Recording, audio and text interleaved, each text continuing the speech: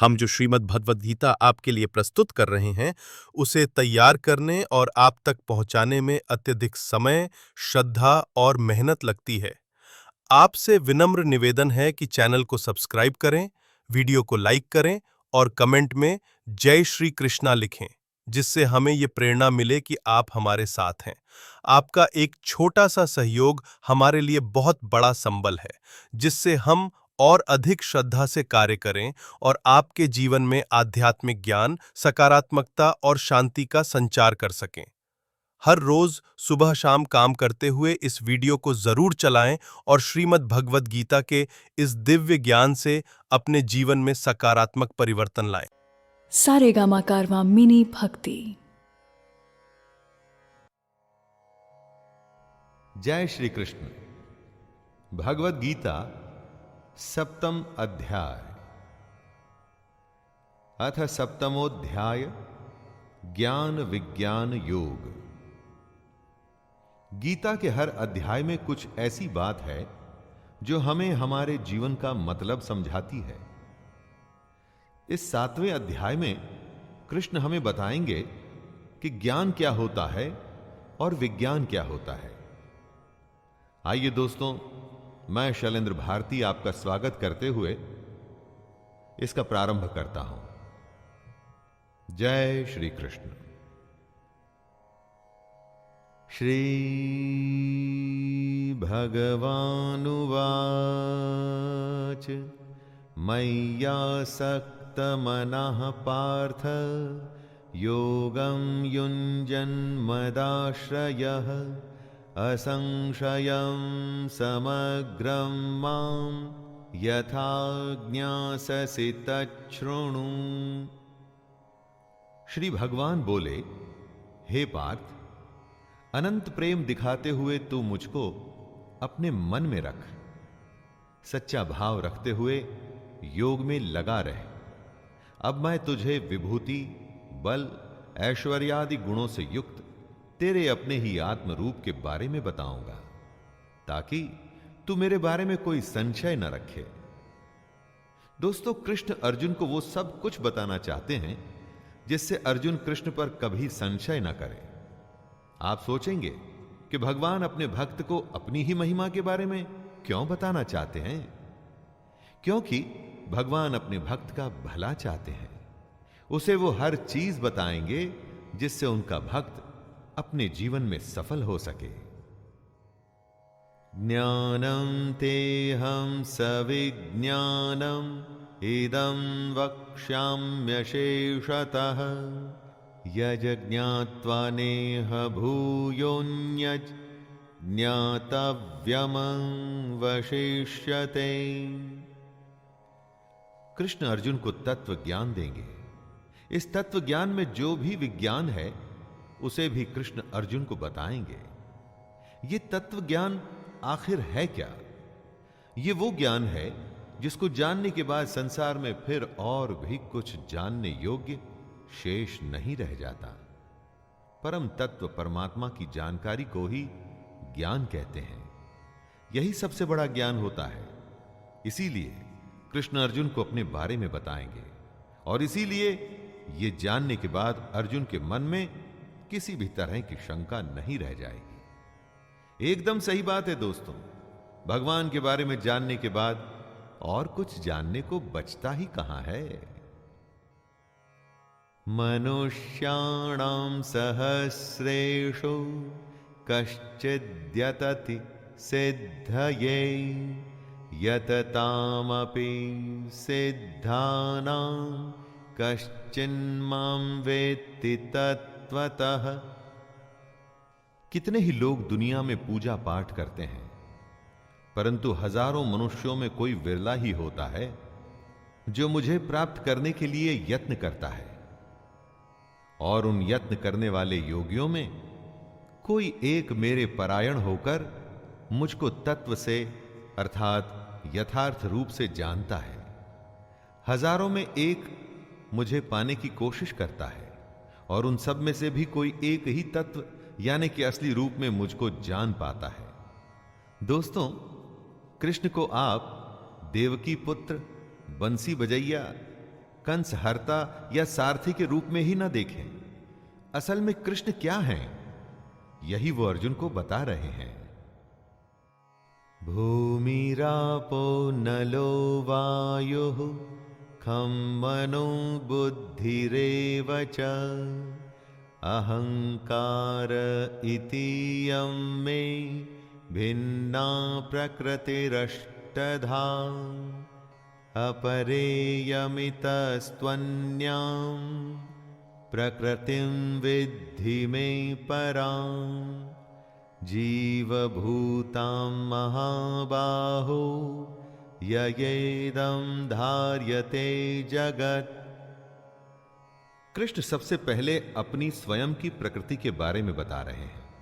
वो कहते हैं कि पृथ्वी, जल, अग्नि, वायु, आकाश, मन, बुद्धि और अहंकार, ये 8 प्रकार से विभाजित मेरी ही प्रकृति है।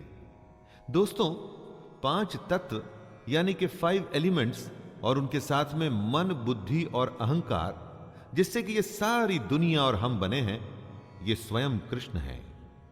कृष्ण आगे कहते हैं कि ये 8 प्रकार के भेदों वाली अपरा अर्थात मेरी जड़ प्रकृति है। और हे महाबाहो, इससे दूसरी को, जिससे ये संपूर्ण जगत धारण किया जाता है, उसे मेरी जीव रूपा परा अर्थात चेतन प्रकृति जान। जड़ प्रकृति मतलब वो सारी स्थूल दुनिया जिसको हम चारों तरफ देखते हैं, और परा यानी कि चेतन प्रकृति यानी कि सटल नेचर हुई जीवात्मा, वो आत्मा जो हम सब में मौजूद है।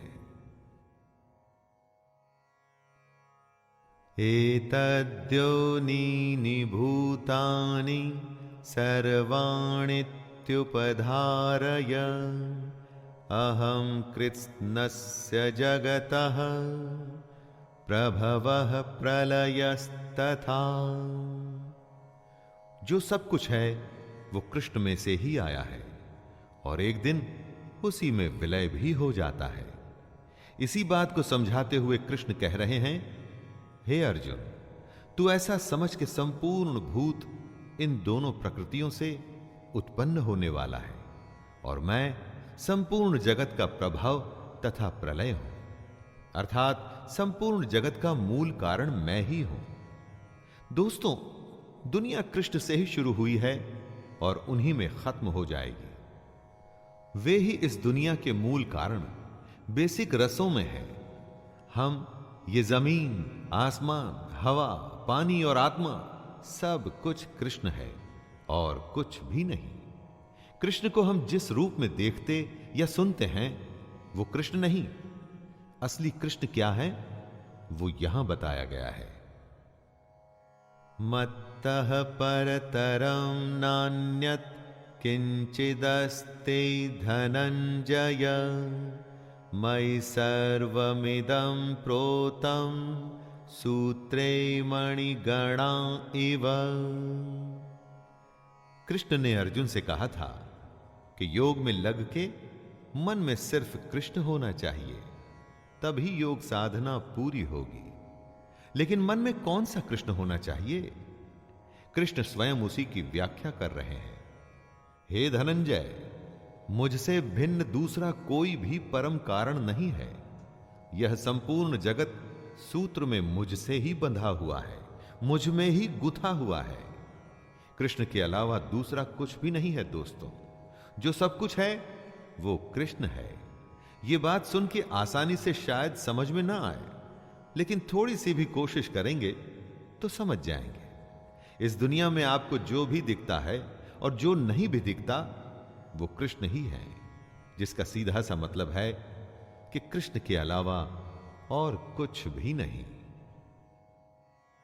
श्री भगवानुवाच रसोऽहमप्सु कौन्तेय प्रभास्मि शशिसूर्ययोः प्रणवः सर्ववेदेषु शब्दः खे पौरुषं नृषु।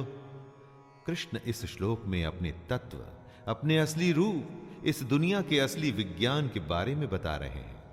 वो कहते हैं, हे अर्जुन, मैं जल में रस हूं, किसी भी द्रव्यशील वस्तु का सार उसका रस होता है। दुनिया में जितना भी गीलापन है, कृष्ण उसमें रस है। चंद्रमा और सूर्य में कृष्ण प्रकाश है। चंद्रमा और सूर्य से अगर उनका प्रकाश छीन लेंगे तो क्या बचेगा? कुछ भी नहीं। यही प्रकाश कृष्ण है। संपूर्ण वेदों में ओंकार भी मैं ही हूं। वेद तो बड़े हैं, बहुत बड़े हैं। पूरे वेदों में से अगर एक चीज निकालनी हो तो वो क्या है? ओम। ये ओंकार ही कृष्ण है। आकाश में कृष्ण शब्द है। शब्द वो होता है जो स्पेस में गुंजायमान होता है दोस्तों, और वही कृष्ण है। और पुरुषों में कृष्ण उनका पुरुषत्व है। पुण्यो गंधः पृथिव्यां च तेजश्चास्मि विभावसा जीवनं सर्वभूतेषु तपश्चास्मि तपस्विषु। जिस भी वस्तु में जो पवित्र है, जो भी किसी वस्तु की विशेषता है, वो कृष्ण है। वो कहते हैं कि मैं पृथ्वी में पवित्र गंध हूं, यानी कि सुगंध रूप कृष्ण में ही ये पृथ्वी पिरोई हुई है। अग्नि में मैं तेज हूं। आग में सब जल करके राख हो जाता है।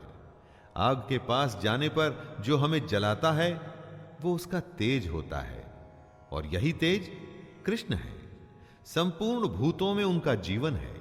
जितने प्राणी हम देखते हैं, इंसान, जानवर, पेड़ पौधे, बैक्टीरिया या कुछ भी, उनमें जो जीवन है वो कृष्ण ही है।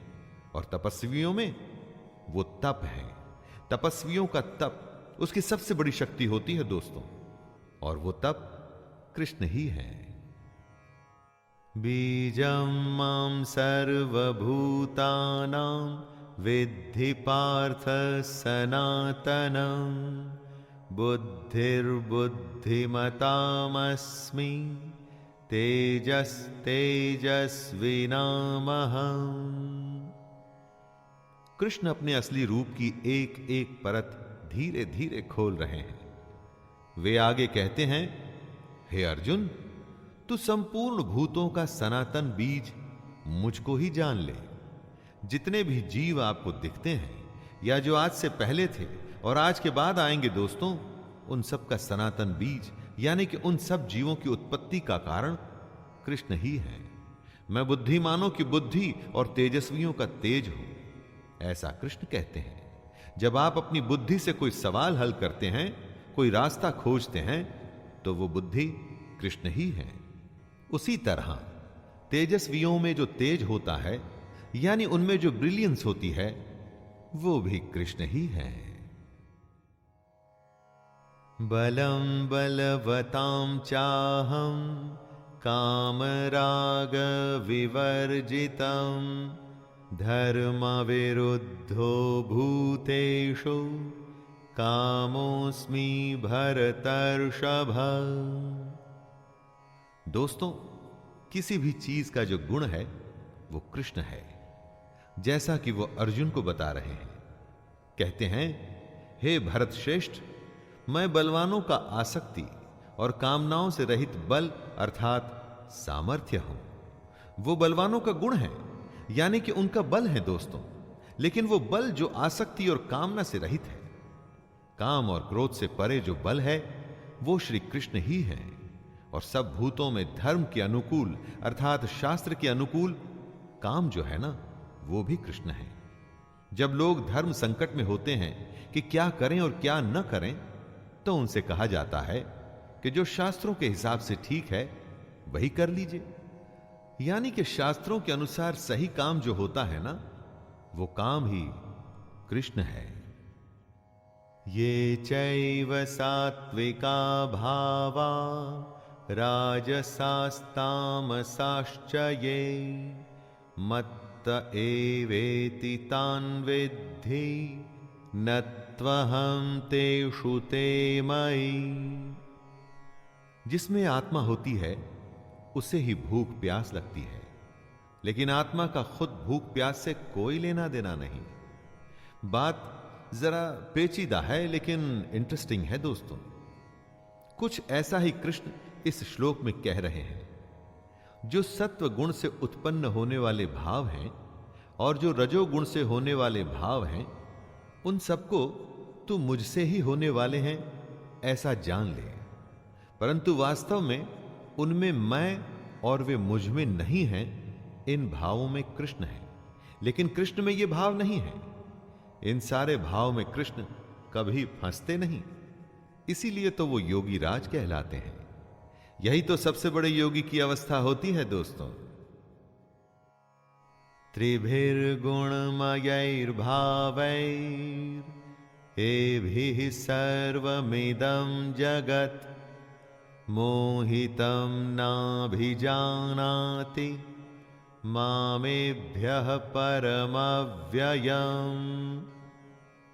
जो कोई भी काम होता है वो या तो सात्विक, राजसिक या तामसिक होता है। इन्हीं तीनों प्रकृतियों से, इन्हीं तीनों गुणों से ही ये सारी दुनिया मोहित होती है। लेकिन जो इन तीन गुणों से परे है वो है कृष्ण। इस कृष्ण को कोई नहीं जानता। हम में, हमारे काम में जब तक सात्विक, राजसिक और तामसिक जैसे गुणों का अंश भर भी मौजूद रहेगा, तब तक हम कृष्ण के असली स्वरूप को पहचान नहीं पाएंगे। जहां ये तीन गुण खत्म होते हैं, वहीं से कृष्ण शुरू होते हैं। इन्हीं तीनों प्रकृतियों की वजह से हम में आसक्ति और कामना होती है।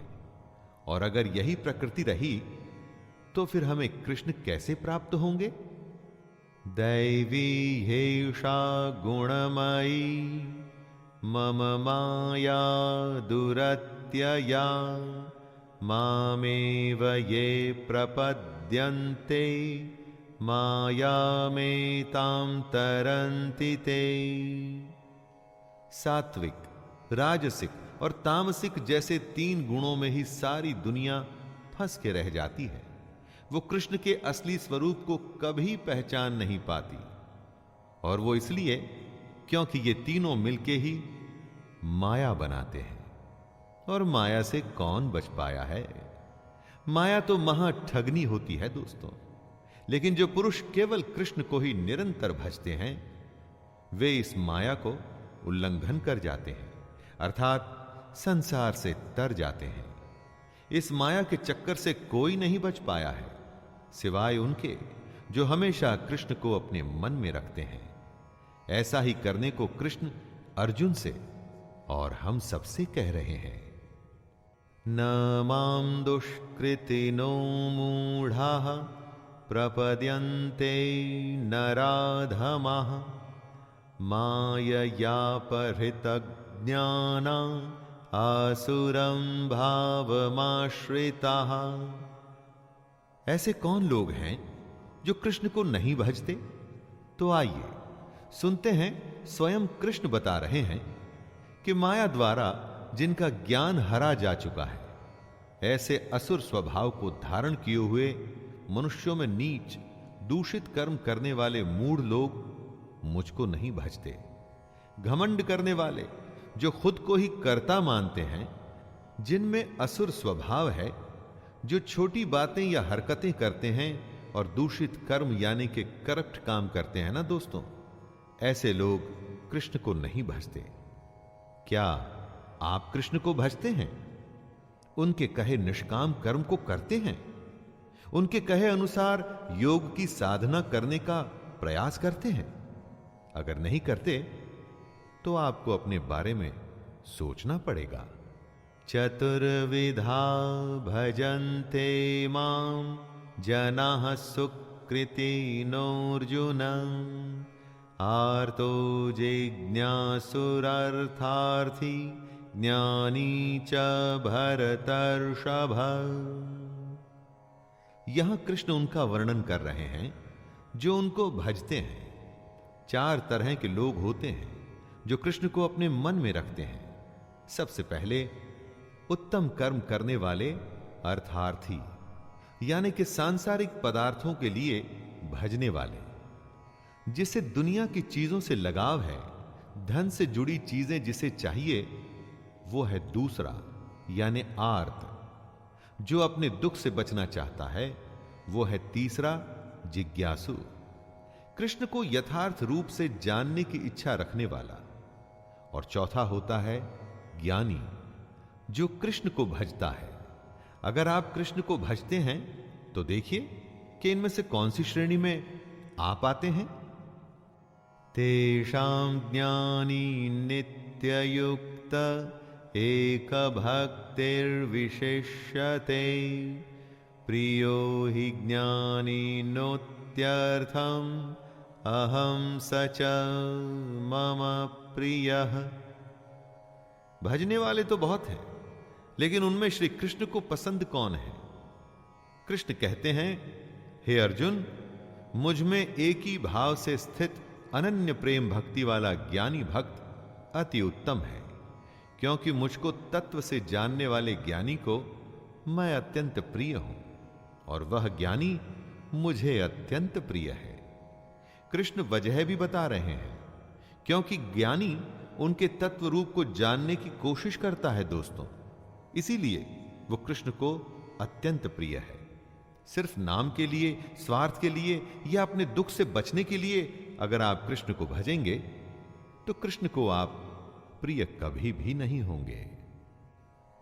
उदारः सर्व एवैते ज्ञानी त्वात्मैव मे मतम् आस्थितः स हि युक्तात्मा मामेवान्नुत्तमां गतिम्। कृष्ण ने अपने भक्तों को 4 प्रकार की श्रेणी में रखा और इन चारों को कृष्ण उदार बताते हैं। कृष्ण क्यों इन सबको उदार बता रहे हैं? कृष्ण को भजकर क्या वो उन पर कोई एहसान कर रहे हैं? नहीं, वो स्वयं पर एहसान कर रहे हैं। कम से कम वो कोशिश तो कर रहे हैं कृष्ण तक पहुंचने की, लेकिन इनमें से कृष्ण तक पहुंचता सिर्फ ज्ञानी है। उसके लिए वो कहते हैं कि ज्ञानी साक्षात मेरा ही स्वरूप है, क्योंकि वो मन बुद्धि वाला ज्ञानी भक्त मुझ में ही अच्छी प्रकार स्थित है। जो ज्ञानी होता है वो मन और बुद्धि दोनों से कृष्ण को अपने अंदर बसा लेता है। किसी स्वार्थवश वो उसको नहीं भजता, वो कृष्ण का तत्व जानना चाहता है, इसीलिए उसे भजता है। बहूनां जन्मनामन्ते ज्ञानवान् मां प्रपद्यते वासुदेवः सर्वमिति स महात्मा सुदुर्लभः। कृष्ण का तत्व ज्ञान क्या एक जन्म में ही मिल जाता है? अरे कई जन्म लग जाते हैं उसके स्वरूप को, उसकी सच्चाई को समझने में। और बहुत जन्मों के अंत में जिस पुरुष को यह तत्व ज्ञान प्राप्त हो जाता है उसको कृष्ण महात्मा बताते हैं और कहते हैं कि वो अत्यंत दुर्लभ है। एक जन्म में अगर आप कृष्ण को समझने की कोशिश करें दोस्तों, और अगर वो समझ नहीं आया तो यह सिलसिला अगले जन्म में भी चलता है और अगले जन्म में भी। जो लगातार निरंतर अपनी कोशिश जारी रखता है वही सफल होता है कृष्ण को समझने में। सोचिए वो कितना दुर्लभ होगा दोस्तों। कामैस्तैस्तैर्हृतज्ञानाः प्रपद्यन्तेऽन्यदेवताः तं तं नियममास्थाय प्रकृत्या नियताः स्वया। अपने भोगों और कामनाओं की वजह से हर जन्म में हमारे संस्कार जमा होते रहते हैं। इन्हीं जमा हुए संस्कारों से हमारा स्वभाव बनता है और इसी स्वभाव की वजह से हम अपने देवता चुनकर उनकी पूजा करते हैं। आपकी प्रकृति एक ही जन्म में खत्म नहीं हो जाती, कई जन्मों का खेल होता है ये। हर जन्म में आप पाप पुण्य का लेखा जोखा बना के जाते हैं, इसी से आपका स्वभाव बनता है और आपको अपना देवता चुनने पर मजबूर करता है। हर देवता के नियम भी अलग होते हैं, फिर ये लोग इन्हीं नियमों का पालन करते हैं। यो यो यां यां तनुं भक्तः श्रद्धयार्चितुमिच्छति तस्य तस्याचलां श्रद्धां तामेव विदधाम्यहम्। कृष्ण ऐसे भक्तों के बारे में बता रहे हैं जो दूसरे देवताओं की पूजा करते हैं।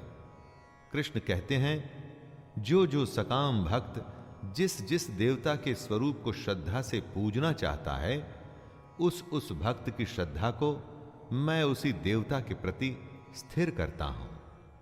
जैसी जिसकी भक्ति वैसी उसकी पूजा। कोई मूर्ति में भगवान देखता है, कोई वृक्ष में, कोई नदी में, तो कोई गौ माता में अपना ईश्वर देखता है। कृष्ण किसी में भेदभाव नहीं करते। वे समझा रहे हैं कि सकाम भक्त, कर्म करने वाला भक्त जिस भी देवता को चुन ले, कृष्ण उसकी भक्ति को उसके देवता में स्थिर करते हैं। सतया श्रद्धया युक्तस् तस्याराधनमीहते लभते च ततः कामान् मयैव विहितान् हितान्। आप अपना देवता चुन लीजिए। आपकी श्रद्धा को कृष्ण स्थिर करेंगे, और फिर जब आप कृष्ण द्वारा स्थिर की गई श्रद्धा से अपने देवता को पूजेंगे तो उसका फल आपको अवश्य मिलेगा। हर देवता का अलग विधान होता है, अलग नियम। आपको जो फल मिलेगा वो उस देवता के नियम से ही मिलेगा, लेकिन उसके मिलने की गारंटी कृष्ण ले रहे हैं। वो आपकी श्रद्धा की भी गारंटी ले रहे हैं। आपको बस सकाम भक्त बनना है। इसका मतलब ये मत समझ लीजिएगा कि सब काम छोड़ करके सिर्फ भक्ति में लग जाना है। अपना काम अच्छे से करिए। उस अच्छे काम को पूरा करने की गारंटी कृष्ण की है दोस्तों। अंतवत्तु फलम तेषां तद्भवत्यल्पमेधसां देवान् देवयजो यान्ति मद्भक्ता यान्ति मामपि। जो जिसको पूजेगा, जो जिसको भजेगा, वो उसको प्राप्त होगा। जो कृष्ण छोड़कर दूसरे देवताओं की पूजा करना चाहते हैं, कृष्ण उनका स्वागत करते हैं, लेकिन कृष्ण साथ में चेतावनी भी दे रहे हैं कि देवताओं को पूजने वाले देवताओं को प्राप्त होते हैं। हम जो श्रीमद् भगवद गीता आपके लिए प्रस्तुत कर रहे हैं, उसे तैयार करने और आप तक पहुंचाने में अत्यधिक समय, श्रद्धा और मेहनत लगती है। आपसे विनम्र निवेदन है कि चैनल को सब्सक्राइब करें, वीडियो को लाइक करें और कमेंट में जय श्री कृष्णा लिखें, जिससे हमें ये प्रेरणा मिले कि आप हमारे साथ हैं। आपका एक छोटा सा सहयोग हमारे लिए बहुत बड़ा संबल है, जिससे हम और अधिक श्रद्धा से कार्य करें और आपके जीवन में आध्यात्मिक ज्ञान, सकारात्मकता और शांति का संचार कर सकें। हर रोज सुबह शाम काम करते हुए इस वीडियो को जरूर चलाएं और श्रीमद् भगवद गीता के इस दिव्य ज्ञान से अपने जीवन में सकारात्मक परिवर्तन लाएं। जो ज्ञानी होता है वो मन और बुद्धि दोनों से कृष्ण को अपने अंदर बसा लेता है। किसी स्वार्थवश वो उसको नहीं भजता। वो कृष्ण का तत्व जानना चाहता है, इसीलिए उसे भजता है। बहूनां जन्मनामन्ते ज्ञानवान् मां प्रपद्यते वासुदेवः सर्वमिति स महात्मा सुदुर्लभः। कृष्ण का तत्व ज्ञान क्या एक जन्म में ही मिल जाता है? अरे कई जन्म लग जाते हैं उसके स्वरूप को, उसकी सच्चाई को समझने में। और बहुत जन्मों के अंत में जिस पुरुष को यह तत्व ज्ञान प्राप्त हो जाता है, उसको कृष्ण महात्मा बताते हैं और कहते हैं कि वो अत्यंत दुर्लभ है। एक जन्म में अगर आप कृष्ण को समझने की कोशिश करें दोस्तों, और अगर वो समझ नहीं आया, तो ये सिलसिला अगले जन्म में भी चलता है और अगले जन्म में भी। जो लगातार निरंतर अपनी कोशिश जारी रखता है, वही सफल होता है कृष्ण को समझने में। सोचिए वो कितना दुर्लभ होगा दोस्तों। कामैस्तैस्तैर्हृतज्ञानाः प्रपद्यन्तेऽन्यदेवताः तं तं नियममास्थाय प्रकृत्या नियताः स्वया। अपने भोगों और कामनाओं की वजह से हर जन्म में हमारे संस्कार जमा होते रहते हैं। इन्हीं जमा हुए संस्कारों से हमारा स्वभाव बनता है और इसी स्वभाव की वजह से हम अपने देवता चुनकर उनकी पूजा करते हैं। आपकी प्रकृति एक ही जन्म में खत्म नहीं हो जाती, कई जन्मों का खेल होता है ये। हर जन्म में आप पाप पुण्य का लेखा जोखा बना के जाते हैं। इसी से आपका स्वभाव बनता है और आपको अपना देवता चुनने पर मजबूर करता है। हर देवता के नियम भी अलग होते हैं, फिर ये लोग इन्हीं नियमों का पालन करते हैं। यो यो यां यां तनुं भक्तः श्रद्धयार्चितुमिच्छति तस्य तस्याचलां श्रद्धां तामेव विदधाम्यहम्। कृष्ण ऐसे भक्तों के बारे में बता रहे हैं जो दूसरे देवताओं की पूजा करते हैं। कृष्ण कहते हैं, जो जो सकाम भक्त जिस जिस देवता के स्वरूप को श्रद्धा से पूजना चाहता है, उस भक्त की श्रद्धा को मैं उसी देवता के प्रति स्थिर करता हूं। जैसी जिसकी भक्ति वैसी उसकी पूजा। कोई मूर्ति में भगवान देखता है, कोई वृक्ष में, कोई नदी में, तो कोई गौ माता में अपना ईश्वर देखता है। कृष्ण किसी में भेदभाव नहीं करते। वे समझा रहे हैं कि सकाम भक्त, कर्म करने वाला भक्त जिस भी देवता को चुन ले, कृष्ण उसकी भक्ति को उसके देवता में स्थिर करते हैं। सतया श्रद्धया युक्तस्तस्याराधनमीहते लभते च ततः कामान् मयैव विहितान् हितान्। आप अपना देवता चुन लीजिए। आपकी श्रद्धा को कृष्ण स्थिर करेंगे और फिर जब आप कृष्ण द्वारा स्थिर की गई श्रद्धा से अपने देवता को पूजेंगे तो उसका फल आपको अवश्य मिलेगा। हर देवता का अलग विधान होता है, अलग नियम। आपको जो फल मिलेगा वो उस देवता के नियम से ही मिलेगा, लेकिन उसके मिलने की गारंटी कृष्ण ले रहे हैं। वो आपकी श्रद्धा की भी गारंटी ले रहे हैं। आपको बस सकाम भक्त बनना है। इसका मतलब ये मत समझ लीजिएगा कि सब काम छोड़ करके सिर्फ भक्ति में लग जाना है। अपना काम अच्छे से करिए। उस अच्छे काम को पूरा करने की गारंटी कृष्ण की है दोस्तों। अंतवत्तु फलं तेषां तद्भवत्यल्पमेधसां देवान् देवयजो यान्ति मद्भक्ता यान्ति मामपि। जो जिसको पूजेगा, जो जिसको भजेगा, वो उसको प्राप्त होगा। जो कृष्ण छोड़कर दूसरे देवताओं की पूजा करना चाहते हैं, कृष्ण उनका स्वागत करते हैं, लेकिन कृष्ण साथ में चेतावनी भी दे रहे हैं कि देवताओं को पूजने वाले देवताओं को प्राप्त होते हैं और मेरे भक्त चाहे जैसे ही भजें, अंत में वे मुझको ही प्राप्त होते हैं। दोस्तों, आप किसको भजते हैं यह निर्णय आपका है। उसका फल भी फिर उसी पर निर्भर करेगा। कोई अगर कुटिल मार्ग चुनता है तो आप उसे रोक नहीं सकते, यह उसका खुद का फैसला है। लेकिन उसके बाद क्या होगा, उसके लिए भी उसे तैयार रहना चाहिए।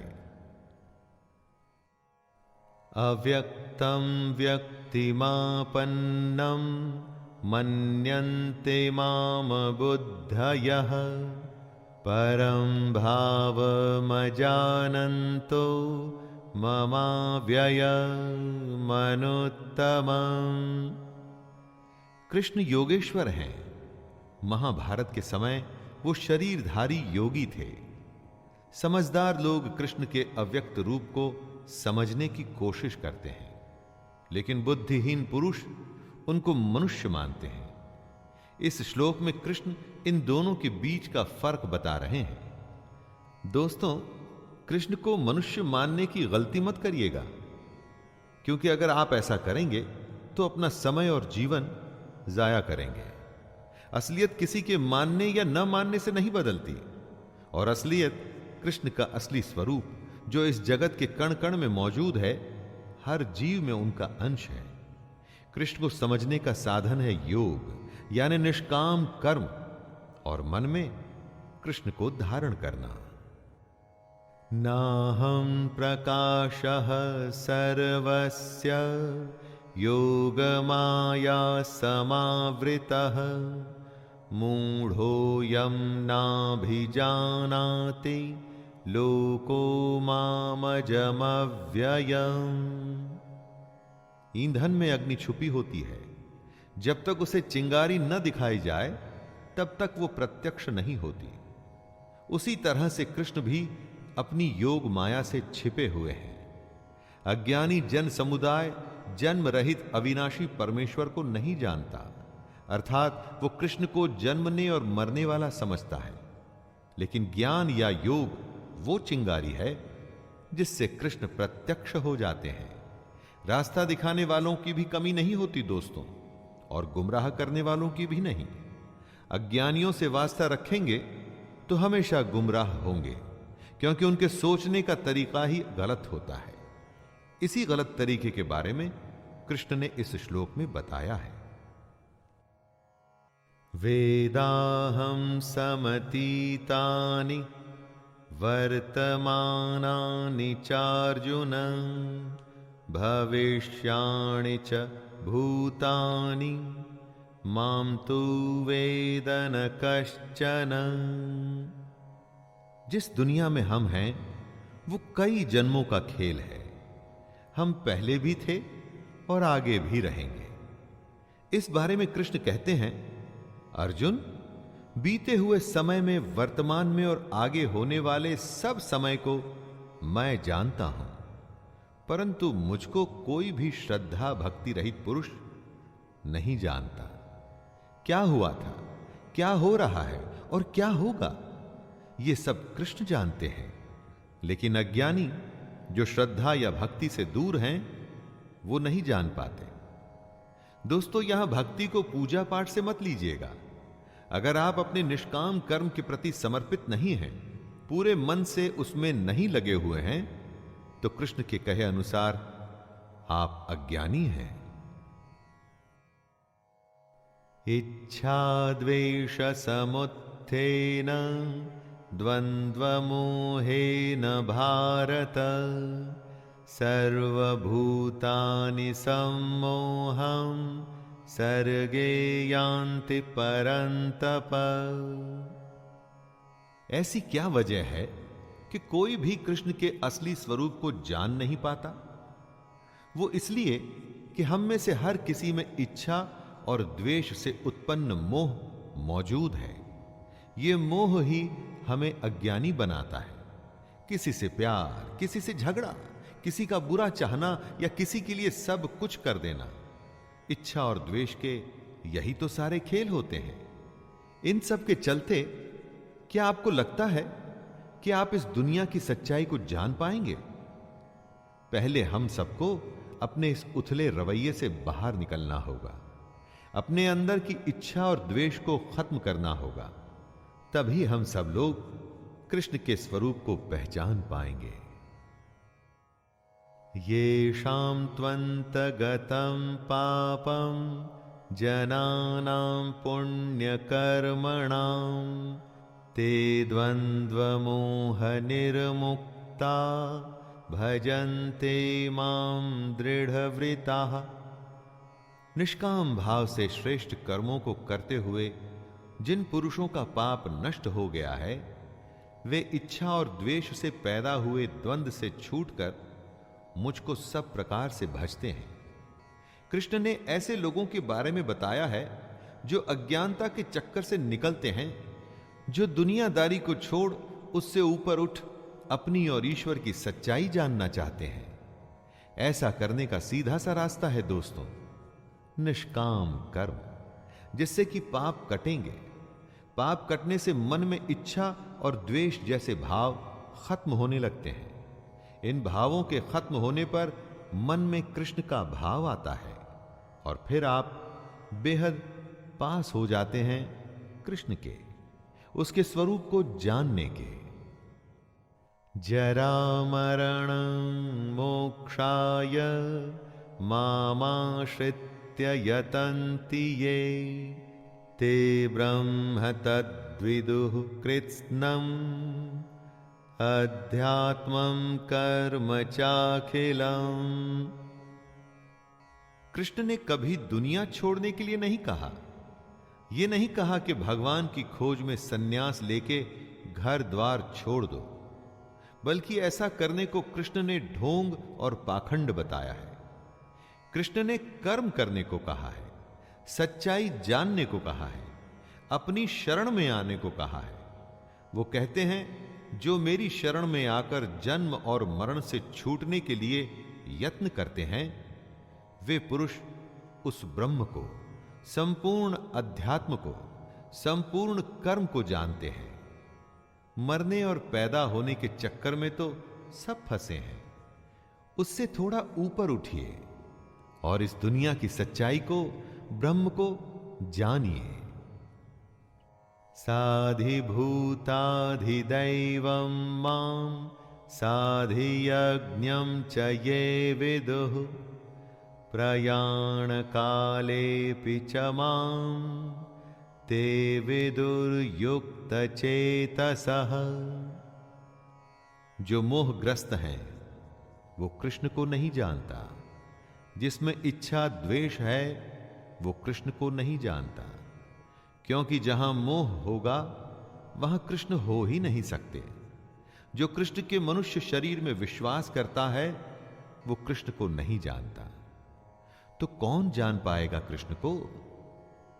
वही जान पाएंगे दोस्तों जो सब जीवों में कृष्ण को देखते हैं, जो निर्जीव में भी कृष्ण को देखते हैं, जो सबकी आत्मा में कृष्ण देखते हैं, जो ये जानते हैं कि कृष्ण हमेशा थे और हमेशा रहेंगे।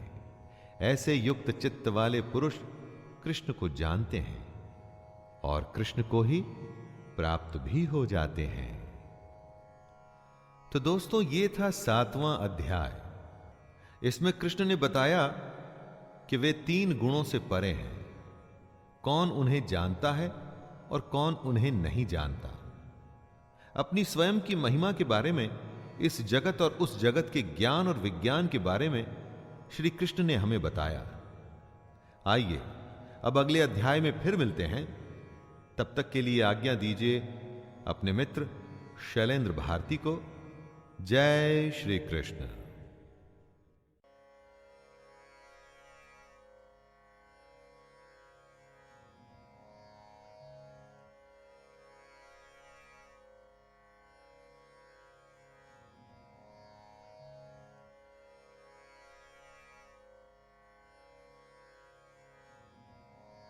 अगर ये वीडियो आपके हृदय को स्पर्श करे तो इसे लाइक करें, चैनल को सब्सक्राइब करें और इस ज्ञान को अपने अपनों तक जरूर पहुंचाएं।